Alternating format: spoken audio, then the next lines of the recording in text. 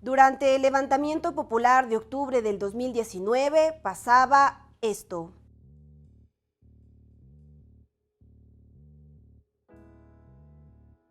Sin embargo, los medios de comunicación tradicionales transmitían esto. ¡De infarto! ¡Tremenda polémica! El discurso oficial, construido por el poder político y reproducido por los medios de comunicación convencionales, han deslegitimado el levantamiento popular instaurando narrativas que criminalizan a los más diversos sectores populares que se movilizaron el pasado octubre del 2019. Después de 16 meses de trabajo, la Comisión de la Verdad y Justicia creada por la Defensoría del Pueblo del Ecuador presentó el pasado 17 de marzo del 2021 el informe de los hechos ocurridos en las protestas de octubre del 2019, en el cual se señala de manera enfática que se vulneraron derechos fundamentales de la ciudadanía. Sin embargo, las autoridades políticas, policiales, militares y medios de comunicación rechazan el informe y lo califican como sesgado y subjetivo. Los titulares de los medios de comunicación tradicionales reproducían narrativas que asociaban a las y los manifestantes con el vandalismo, el terrorismo y la desestabilización política, con el objetivo de sostener el discurso oficial.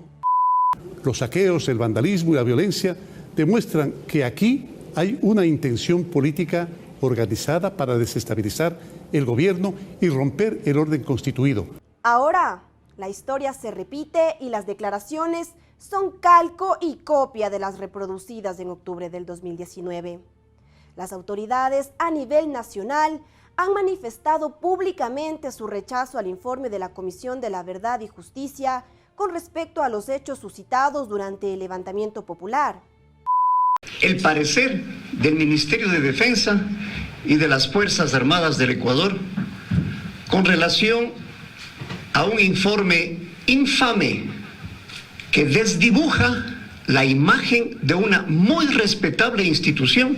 Las Fuerzas Armadas rechazan categóricamente los razonamientos expuestos en referido informe.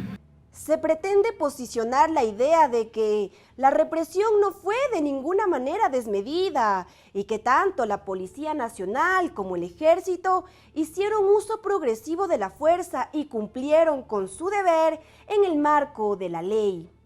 Sin embargo, mienten otra vez. El informe de la Comisión de la Verdad, después de analizar y contrastar más de 519 testimonios, tanto de civiles como de policías y militares, concluye que hubo uso indiscriminado y desproporcionado de la fuerza por parte del Estado. Los resultados del informe señalan que se registraron 249 vulneraciones de los derechos humanos, 20 casos de lesiones oculares, 3 casos de violación sexual, 123 violaciones al derecho a la integridad y 22 atentados contra el derecho a la vida. Tratar de negar lo que pasó en octubre del 2019 es darle la espalda a nuestra historia. El informe de la Comisión de la Verdad es contundente no solo por el número de entrevistas que recoge, de testimonios que recoge, sino también por la rigurosidad de su metodología. Están allí plasmados muchos de los elementos que configuraron efectivamente una serie de excesos de parte de la fuerza pública. Entonces, desde mi punto de vista, claro que hubo un exceso de la fuerza pública y parece lamentable que tanto las Fuerzas Armadas como la Policía Nacional hayan salido a rechazar. Eso lo único que indica es que no están dispuestos a aceptar sus errores y no están dispuestos a transformar sus instituciones. Es decir, van a volver a repetir en otro momento lo mismo que ya han hecho. Pero es lamentable que no solamente en octubre de 2019 vimos una indiferencia, vimos un desapego y ausencia de un Estado, sino que también lo vimos cuando CIDH, la Corte Interamericana de los Derechos Humanos, emitió su informe y lo llamaron sesgado y mentiroso. Actualmente, de la misma manera, lo hacen con un informe de la Defensoría del Pueblo en donde todos los actores, todas las memorias y las vivencias son parte del informe. Las autoridades actuales, los ministros e incluso quienes son generales de las diversas instituciones de poder para ejercer un discurso fascista, asesino y sobre todo que deslegitima a la ciudadanía del derecho a obtener verdad y justicia. Preguntamos a 200 personas si consideran que durante las manifestaciones de octubre del 2019 hubo exceso en el uso de la fuerza para reprimir a la ciudadanía, de los cuales el 90,6% señaló que sí y el 9,4% que no. La exministra de Gobierno, María Paula Romo, señaló en el mes de noviembre del 2020 que respalda todas las acciones operativas asumidas por la Policía Nacional y el Ejército Ecuatoriano en el contexto del levantamiento popular del 2019, por lo que afirma primó la mesura y los principios que regulan el uso de la fuerza. Por ello, el Estado no se responsabiliza por las muertes ocurridas. Según la Defensoría del Pueblo, se registraron 11 muertes en el contexto del paro nacional y el informe de la Comisión de la Verdad ha identificado que 6 de las muertes fueron perpetradas por agentes estatales. Entonces, ¿es o no responsable el Estado ecuatoriano de estas 6 ejecuciones extrajudiciales? Preguntamos a 200 personas si consideran que las muertes registradas durante el paro pueden ser consideradas como casos de lesa humanidad, ante lo cual el 80% de los encuestados está a favor y el 20% restante en contra. ¿Pueden entonces estos hechos ser incorporados en esta categoría? Yo creo que sí se los puede catalogar como crímenes de lesa humanidad. Este concepto tiene ciertas especificidades que es necesario tenerlas en cuenta. En primer lugar, se refieren a un conjunto de acciones, ¿no? Podría ser, por ejemplo, hay una enumeración, podría ser, por ejemplo, asesinatos, ejecuciones extrajudiciales, torturas, malos tratos, etcétera, ¿no? Entonces, son varias posibles acciones, pero además tiene ciertas características. Tiene que ser generalizado, tiene que ser sistemático en contra de la sociedad civil, pero además tiene que ser con conocimiento de que se está ejecutando órdenes de ese tipo. Claro que se trata de un ataque sistemático a la población civil, claro que se trata de un ataque generalizado. Recordemos todos los hechos que hubieron. Hubo ataques a los centros de acopio, hubo ataques a los centros donde dormían las personas que ejercían su derecho a la protesta, pero además hubo ataques de manera desproporcionada. Pero además de eso es la Fiscalía la que tiene que recoger los indicios necesarios para ver si es que esto se lleva hasta un juicio penal y solamente entonces un juez podrá decir si efectivamente hay delitos de lesa humanidad. Desde mi perspectiva, desde lo que yo conozco, efectivamente me parece que hay elementos que configuran este tipo de delitos. Uno de los aspectos que mayor debate ha generado es la criminalización de la protesta por parte del Estado y de los medios de comunicación. El discurso gubernamental y los titulares de los medios de comunicación tradicionales caracterizaban a los manifestantes como subversivos, vándalos y hasta terroristas. En la actualidad, el discurso no ha cambiado. En un comunicado suscrito por el Consejo Ampliado de Generales de la Policía Nacional del Ecuador, se señala que los uniformados enfrentaron vandalismo, saqueo, secuestros, incendios, acecho a ciudades y hasta violencia organizada. Argumentos que se suman al repertorio para rechazar el informe de la Comisión de la Verdad y la Justicia. Con respecto a este tema, de las personas encuestadas, el 90,1% afirma que los protagonistas de las jornadas de octubre del 2019 fueron ciudadanas y ciudadanos de la sociedad civil. Apenas un 9,9% los asocia con grupos terroristas. A continuación, conocemos cuáles son las implicaciones de criminalizar la protesta social.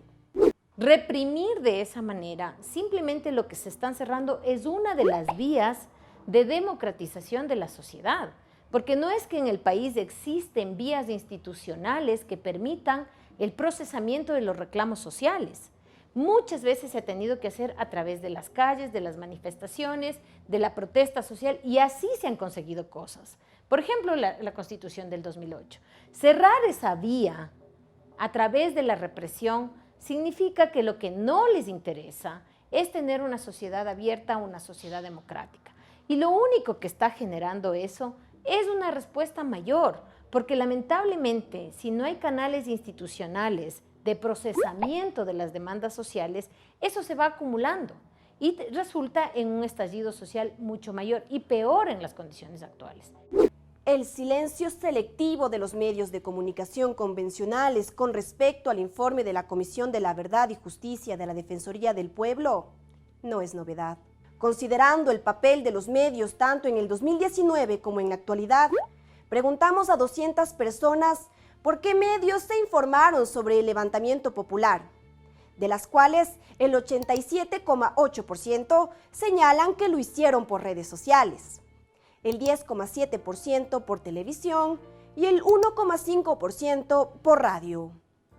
Pero claro, ¿cómo vamos a informarnos y creer en los medios convencionales de comunicación si tenían titulares como estos, con los cuales apenas 9,9% están de acuerdo y un 90,1% rechazan esta postura?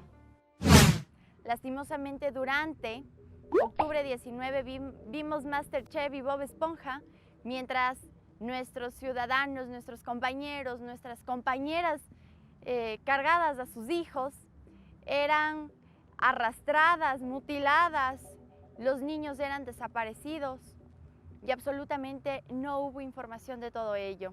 Pues después se ha desencadenado de la misma manera un proceso mediático desinformativo en donde prestan atención o realizan cortinas de humo para aislar la criticidad ciudadana en cuanto a los verdaderos hechos que vulneran los derechos ciudadanos. Y justamente allí está también la complicidad de todos los medios corporativos con el Estado actual, con las autoridades actuales, para legitimar el poder absolutista que ellos tienen y que obviamente no pierdan pautas. Creo que es el momento oportuno de saludar de pie a los compañeros de medios no tradicionales, medios alternativos, los mismos que han tenido que luchar no solamente en las calles para llevarnos la dignidad de la información, sino incluso hasta para tener un espacio en las redes y poder seguir sobreviviendo. Finalmente, para mantener octubre vivo en la memoria, es necesario plantear alternativas para evitar la impunidad y promover la reparación y no repetición de la vulneración de derechos humanos por parte del Estado.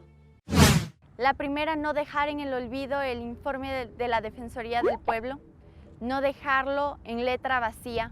De la misma manera, impulsar para que ese informe llegue a la Corte Interamericana de los Derechos Humanos y que se haga algún momento justicia a base de la verdad. Nadie va a mentir de nosotros, pues si desean nos sacaremos las prótesis para que sepan que detrás de una prótesis hay cuencas vacías, hay sufrimiento, hay familias rotas y sobre todo familias que aún el miedo persiste. Como asambleísta de la Nación, pues la creación de la 14ª Comisión de Derechos Humanos, con especialistas en la defensa de los derechos humanos, con especialistas en temas jurídicos y penales, para llevar a cabo el proceso y el debido proceso jurídico, administrativo y sobre todo investigativo de los casos que se están traspapelando y que no hay respuesta. Bueno, la primera cuestión es salir a respaldar ese informe, porque además hay que decirlo, ese informe no lo hace el Defensor del Pueblo, lo hace una comisión. Lo hace una comisión que tiene entre los miembros a uno de los representantes de la derecha en este país, e incluso él salió a decir que transformó su opinión de lo que pasó en octubre del 2019 después de haber escuchado tantos testimonios. Entonces, la primera cuestión es enterarse del informe, respaldar ese informe, respaldar a las personas que lo hicieron y a la Defensoría del Pueblo. y en segundo lugar, exigir que la Fiscalía inicie los procesos. Octubre no se olvida. Está impregnado en la memoria de nuestro pueblo y presente en la resistencia. Así que, cuidadito, carajo.